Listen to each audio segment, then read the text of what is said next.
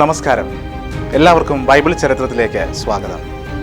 ഇന്ന് നാം കാണുന്നത് പഴയ നിയമത്തിലെ വിശ്വാസികളുടെ പിതാവെന്നറിയപ്പെടുന്ന അബ്രഹാമിനെ കുറിച്ചാണ്.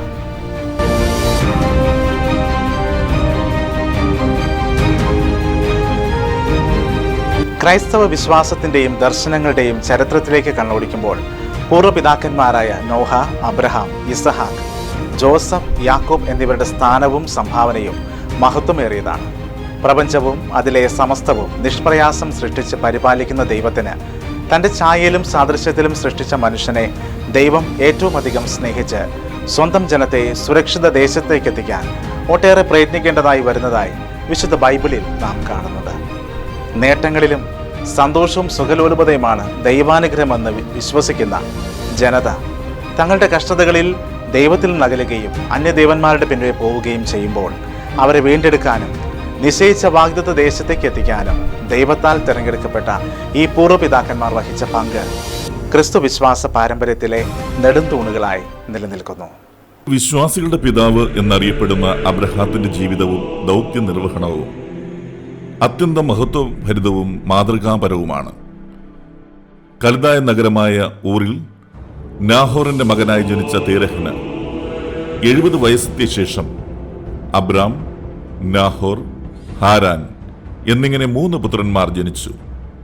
പിതാവായ തേരഹ് മരിക്കുന്നതിന് മുൻപ് തന്നെ പുത്രന്മാരിൽ ഒരുവനായ ഹാരാൻ കൽദായരുടെ ഊറിൽ വച്ച് ചരമമടഞ്ഞു.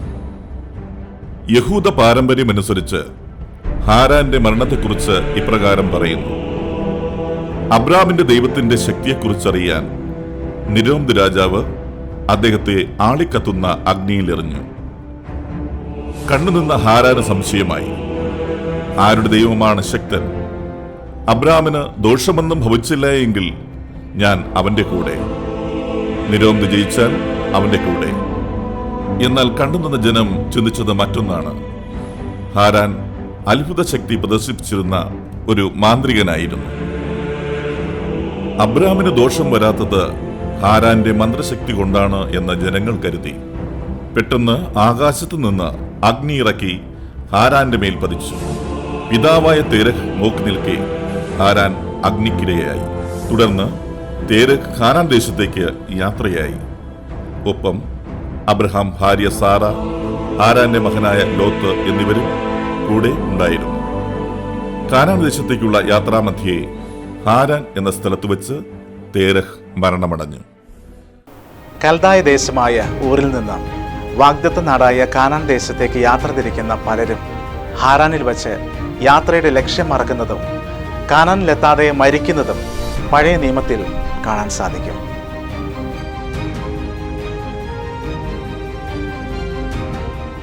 അബ്രാം ദൈവനിയോഗപ്രകാരം ബന്ധുജനങ്ങളെയും പിതൃഭവനങ്ങളെയും വിട്ട് കാനാനിലേക്ക് തിരിച്ചു. കാനാനിലുടനീളം അബ്രാം സഞ്ചരിച്ചു. ഷെക്കേമിലും ബെഥേനിലും കർത്താവിനായി ബലിപീഠം പണിതു.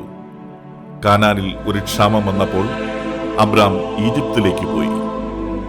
അവിടെ ആത്മരക്ഷാർത്ഥം സാറായി തന്റെ സഹോദരിയാണെന്ന് ഭാവിച്ചു. സാറായിയുടെ സൗന്ദര്യത്തെക്കുറിച്ച് അറിവ് കിട്ടിയ ഫറവോ അവളെ കൊട്ടാരത്തിലേക്ക് കൊണ്ടുപോയി. അബ്രാമിന് ധാരാളം സമ്മാനങ്ങൾ നൽകി. എന്നാൽ കർത്താവ് ഫറവോയെ പീഡിപ്പിച്ചു. കാരണമറിഞ്ഞ ഫറവോ സാറായിയെ അബ്രാഹാമിന് മടക്കി നൽകി. രാജ്യം വിട്ടുകൊള്ളുവാൻ ആജ്ഞാപിച്ചു. അങ്ങനെ അബ്രാം മടക്കയാത്ര തുടങ്ങി. അവർ ബഥേലിൽ എത്തി. അപ്പോഴേക്കും അബ്രാമിന്റെയും ലോത്തിന്റെയും സമ്പത്ത് വളരെയധികം പെരുകിയിരുന്നു. ഇരുവരുടെയും ഭൃത്യന്മാർ തമ്മിലുള്ള കലഹം പതിവായി. അബ്രാം തങ്ങളുടെ സ്വത്ത് ഭാഗം വയ്ക്കാൻ തീരുമാനിച്ചു. ലോത്തിന് ഇഷ്ടമുള്ള സ്ഥലം തിരഞ്ഞെടുക്കുവാൻ സ്വാതന്ത്ര്യം നൽകി.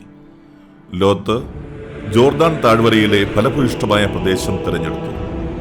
അബ്രാമിന്റെ ഈ നിസ്വാർത്ഥതയ്ക്ക് പ്രതിഫലമായി കർത്താവ് തന്റെ വാഗ്ദാനം ആവർത്തിച്ചു: നിന്നെ ഞാൻ വലിയൊരു ജനതയുടെ പിതാവാക്കും.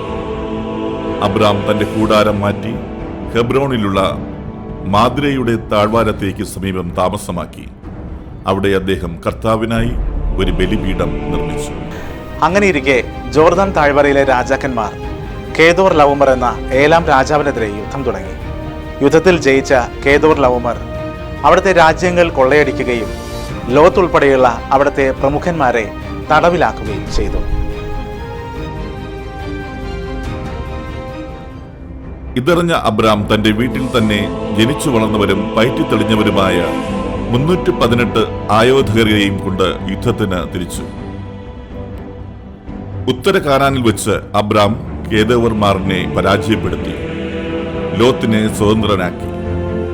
വിജയശ്രീലാളിതനായി മടങ്ങുന്ന അബ്രാമിനെ സാലേം രാജാവായ മെൽക്കിസദേക്ക് എതിരേറ്റ് അനുഗ്രഹിച്ചു. സാലേം ജെറുസലേം ആണ്. ഇസ്രായേലിന്റെ പിതാവായ അബ്രാമും ഇസ്രായേലിന്റെ തലസ്ഥാനമായ ജെറുസലേമും തമ്മിലുള്ള ബന്ധം ആരംഭിക്കുകയായിരുന്നു. അവിടെ മെൽക്കിസദേക്ക് പ്രധാന പുരോഹിതൻ ആയിരുന്നു. ആയതിനാൽ അബ്രാം എല്ലാത്തിന്റെയും ദശാംശം മെൽക്കിസദേക്കിന് നൽകി. വീണ്ടെടുത്ത മുതലെല്ലാം സ്വന്തമാക്കുവാൻ സോദോം രാജാവ് അബ്രാമിനെ അനുവദിച്ചു എങ്കിലും തന്റെ കൂടെ ഉണ്ടായിരുന്നവരുടെ പങ്ക് എടുക്കുവാൻ അനുവാദം കൊടുത്തതല്ലാതെ അബ്രാം ഒരു ചരടോ ചെരുപ്പിന്റെ വാറോ എടുക്കുവാൻ തയ്യാറായില്ല. എന്നാൽ അവിടുത്തെ വാഗ്ദാനം ഏറ്റെടുക്കുവാൻ അപ്പോഴും അബ്രാമിന് സന്തതികൾ ഒന്നും തന്നെ ഉണ്ടായിരുന്നില്ല. അതിനാൽ സാറായിയുടെ നിർദ്ദേശപ്രകാരം അബ്രാം അവരുടെ ഈജിപ്ഷ്യൻ പരിചാരിക ഹാഗാറുമായി ബന്ധം പുലർത്തി.